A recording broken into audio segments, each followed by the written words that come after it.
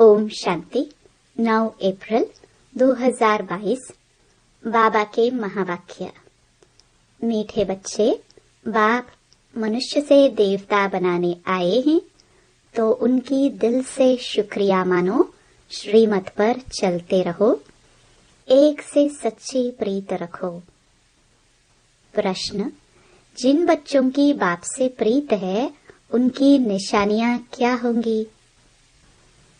उत्तर: बाप से सच्ची प्रीत है तो एक उन्हें ही याद करेंगे, उनकी ही मत पर चलेंगे, मनसा वाचा कर्मणा किसी को भी दुख नहीं देंगे, किसी के प्रति घृणा नहीं रखेंगे, अपना सच्चा सच्चा पोता मेल बाप को देंगे, कुसंग से अपनी संभाल करेंगे। गीत धीरज धर मनुआ। ओम शांति। ब्राह्मणों को तो जरूर धीरज ही होगा, क्योंकि ब्राह्मणों की ही परमपिता परमात्मा के साथ प्रीत है, नंबरवार पुरुषार्थ अनुसार। सबकी एक जैसी प्रीत नहीं है। जैसे बाबा मम्मा और बच्चे अपना अपना अनुभव सुनाते हैं, अहम आत्मा अपने लिए कहते हैं, बाबा फिर अहम परमात्मा कहेंगे। अहम आत्मा कहती है, मैं परमपिता परमात्मा को बहुत याद करती हूँ, क्योंकि जानती हूँ आधा कल्प हमने रावण राज्य में बहुत दुख देखा है।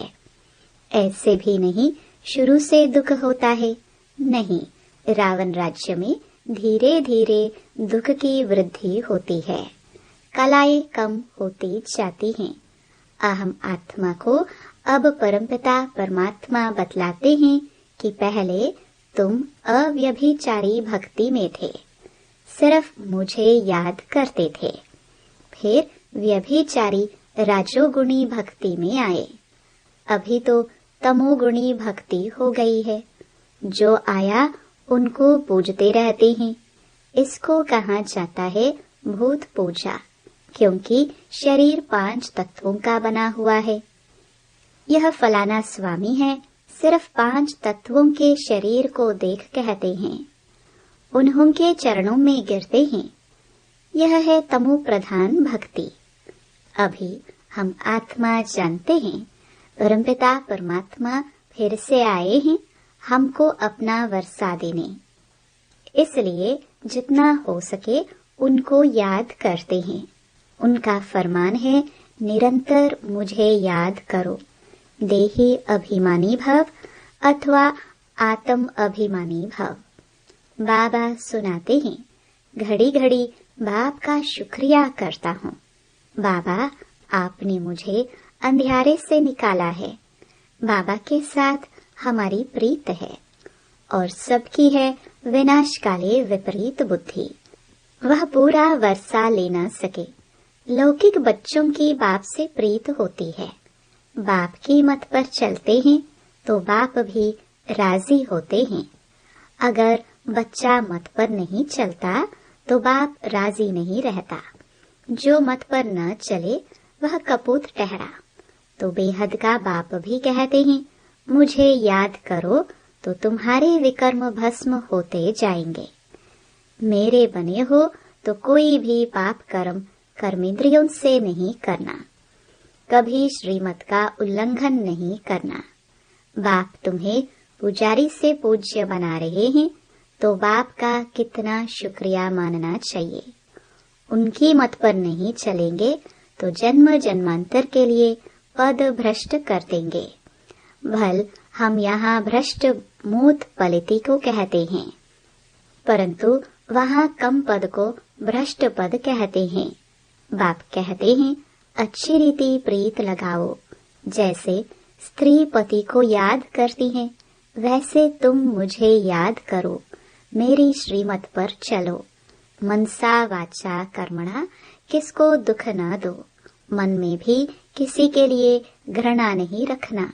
हर आत्मा अपना पाठ बजा रही है। तुम जानते हो, अभी का यह जन्म भविष्य के जन्म से भी ऊंच है। यहाँ हम ईश्वरीय औलाद बने हैं। सतयुग में दैवी औलाद होंगे। यहाँ की महिमा जास्ती है। जगदम्बा से 21 जन्मों का वर्षा मिलता है। लक्ष्मी से क्या मिलता है? इन बातों को नया कोई समझ न सके। आते तो बहुत हैं, परंतु जिनको निश्चय नहीं वह ठहर न सके। बाबा मम्मा बच्चों के मित्र संबंधी आते हैं तो बहुत हैं, अथवा ऑफिसर्स आदि आते हैं तो अलाउ किया जाता है। कहाँ तीर लग जाए, बेचारों का कल्याण हो जाए, झट पता लग जाता है कि ईश्वरीय कुल का है वह आसुरी कुल का है। प्रीत लगती है व नहीं। आते यहाँ बहुत है, ठीक हो जाते हैं, फिर बाहर जाकर कुसंग में अथवा माया के संग में विकारी बन जाते हैं। लिखते हैं हमने हार खाई, लेकिन अगर न बताए तो और वृद्धि होती जाएगी। तुम्हारी अब प्रीत बुद्धि है बाप के साथ। हाँ, तुम्हारे में भी नंबरवार पुरुषार्थ अनुसार प्रीत बुद्धि है। शिव बाबा बच्चों को समझाते हैं, कभी भी कोई विकर्म नहीं करना, श्रीमत पर चलना। बाबा के बने हो तो तुम्हारी चलन भी ऐसी होनी चाहिए। बाबा को पूरा मालूम होना चाहिए। बाबा मुक्ति, जीवन मुक्ति, विश्व की बादशाही देते हैं और बच्चों के पास क्या है वह बाप को पता नहीं है। बाप के पास तो पूरा पोता मेल आना चाहिए। मेरे को देने से तुम्हारा नुकसान नहीं होगा। वह तो सब पैसे आदि अपने काम में ले लेते हैं। मैं तो हूँ निराकार, तुम बच्चों के ही काम में लगाता हूँ। जैसे गांधी जी देश के काम में लगाते थे, इसलिए उनका नाम बाला है। बरोबर गांधी ने कांग्रेस राज्य स्थापन किया, नहीं तो यहाँ राजाओं का राज्य था। अभी बाप फिर से नई राजधानी राम राज्य स्थापन कर रहे हैं। यह बात सभी बच्चों की बुद्धि में बैठती नहीं है। अगर बैठे तो खुशी का पारा भी चढ़े। बाबा के साथ योग लगाते रहें। बाबा कहते हैं परम धाम में रहने वाले बाप को वहाँ याद करो जहाँ जाना है। अब ड्रामा पूरा होना है। ड्रामा को कोई जानते ही नहीं, न कोई की मेरे साथ प्रीत है। कहते हैं हम परंपरा से गंगा स्नान करते आए हैं। क्या सत्युग में भी करते थे? परंपरा का भी अर्थ नहीं समझते हैं। बाबा कहते हैं अब तुम्हारे सुख के दिन आ रहे हैं। तुम्हारी बुद्धि में धीरज है। कोई तो कुछ भी समझते नहीं है। यहाँ से समझकर जब बाहर जाते हैं तो माया सारा ही खा जाती है। जैसे मक्खी मरती है तो चींटियां सारा उनको हप कर लेती हैं। यहाँ भी मरते हैं तो चींटियां लेकर सारा हप कर लेती हैं। माया भी बलवान है, कम नहीं है। बड़ी लड़ाई लगती है। यहाँ रहते भी क्लास में नहीं आते हैं तो समझा जाता है यह स्वर्ग के मालिक नहीं बन सकते, कृष्णपुरी में जाना सके। कुछ भी वैल्यू नहीं। तुम जो हीरे जैसे बनते हो उन्हों की ही वैल्यू है। तुम जानते हो हम वर्थ पाउंड बन रहे हैं। एक घर में एक हंस एक बगुला होगा तो खिटपिट जरूर चलेगी। यहाँ तो बगुले से किनारा होता है। मूत पलिती के हाथ का तुम खा भी नहीं सकते हो। परंतु बच्चों का बाप से इतना लव तो है नहीं, इसलिए सोचते हैं कि पेट कहाँ से भरेगा। अरे भील लोग कहाँ से खाते हैं। आजकल तो कोई कफनी पहन ले तो मुफ्त में पैसे मिलते रहते हैं।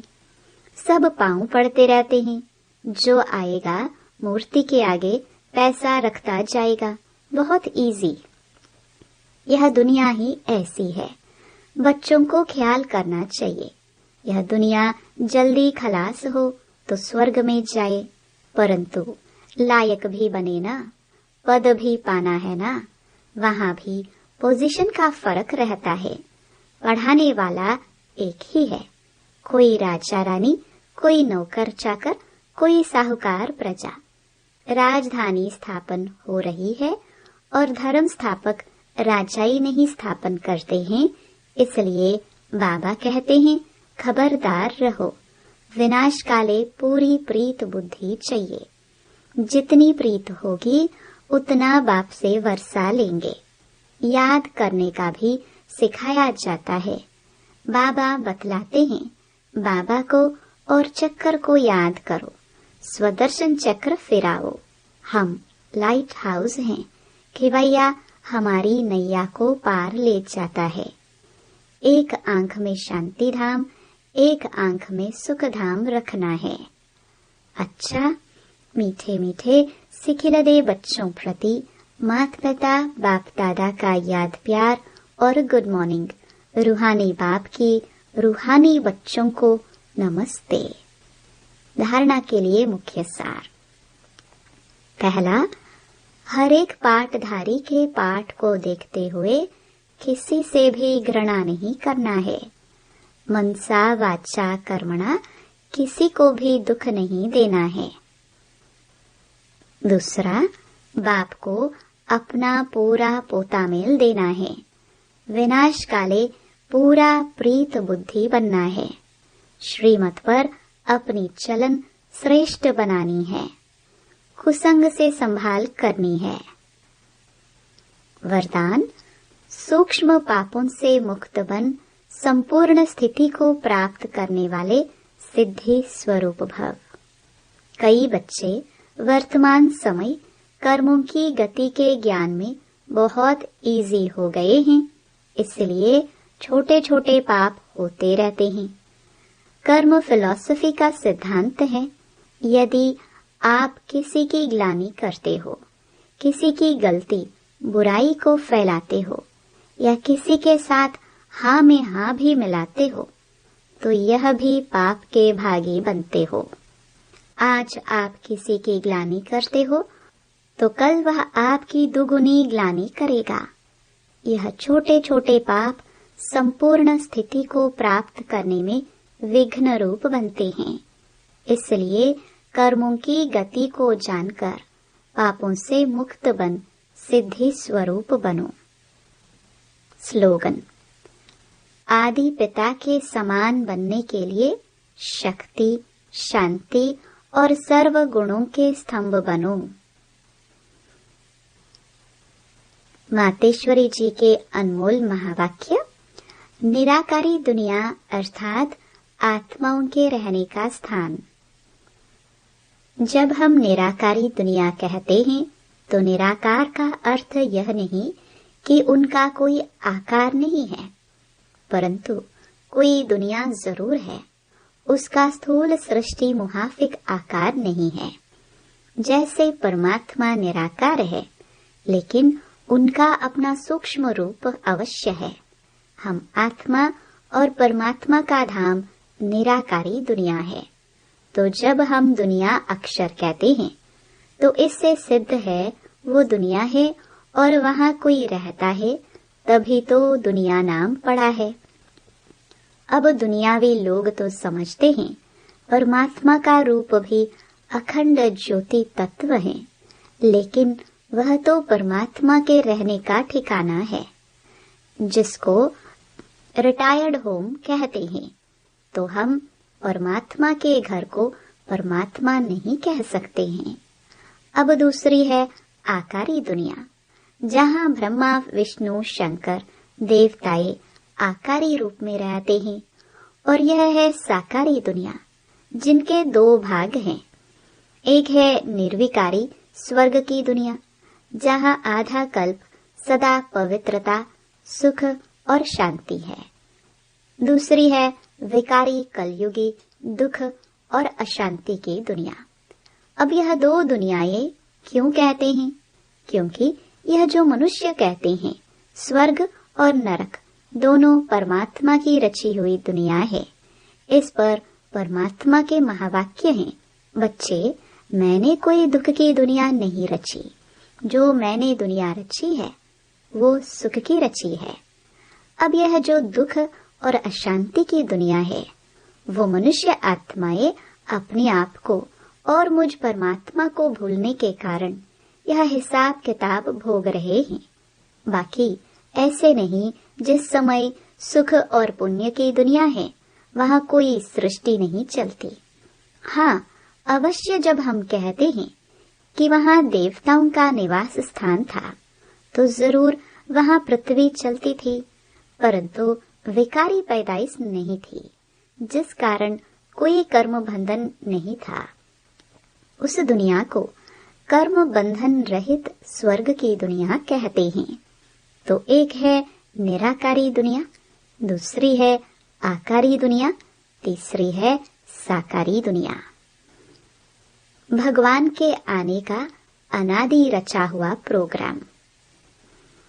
यह जो मनुष्य गीत गाते हैं वो गीता के भगवान अपना वचन निभाने आ जाओ। अब वो स्वयं गीता का भगवान अपना कल्प पहले वाला वचन पालन करने के लिए आए हैं और कहते हैं, हे बच्चे, जब भारत पर अति धर्म ग्लानि होती है तब मैं इसी समय अपना अंजाम पालन करने, वायदा निभाने के लिए अवश्य आता हूँ। अब मेरे आने का यह मतलब नहीं कि मैं कोई युगे युगे आता हूँ। सभी युगों में तो कोई धर्म ग्लानि नहीं होती। धर्म ग्लानि होती ही है कलयुग में। तो मानो परमात्मा कलयुग के समय आता है और कलयुग फिर कल्प कल्प आता है, तो जरूर वह कल्प कल्प आता है। कल्प में फिर 4 युग हैं, उसको ही कल्प कहते हैं। आधा कल्प सत्युग त्रेता में सतोगुण सतो प्रधान है, वहाँ परमात्मा के आने की कोई जरूरत नहीं। और द्वापर युग से तो फिर दूसरे धर्मों की शुरुआत है। उस समय भी अति धर्म ग्लानि नहीं है। इससे सिद्ध है कि परमात्मा तीनों युगों में तो आते ही नहीं है। बाकी रहा कलयुग, उसके अंत में अति धर्म ग्लानि होती है। उसी समय परमात्मा आए अधर्म विनाश कर सत धर्म की स्थापना करते हैं। अगर द्वापर में आया हुआ होता तो फिर द्वापर के बाद सतयुग होना चाहिए, फिर कलयुग क्यों? ऐसे तो नहीं कहेंगे। परमात्मा ने घोर कलयुग की स्थापना की।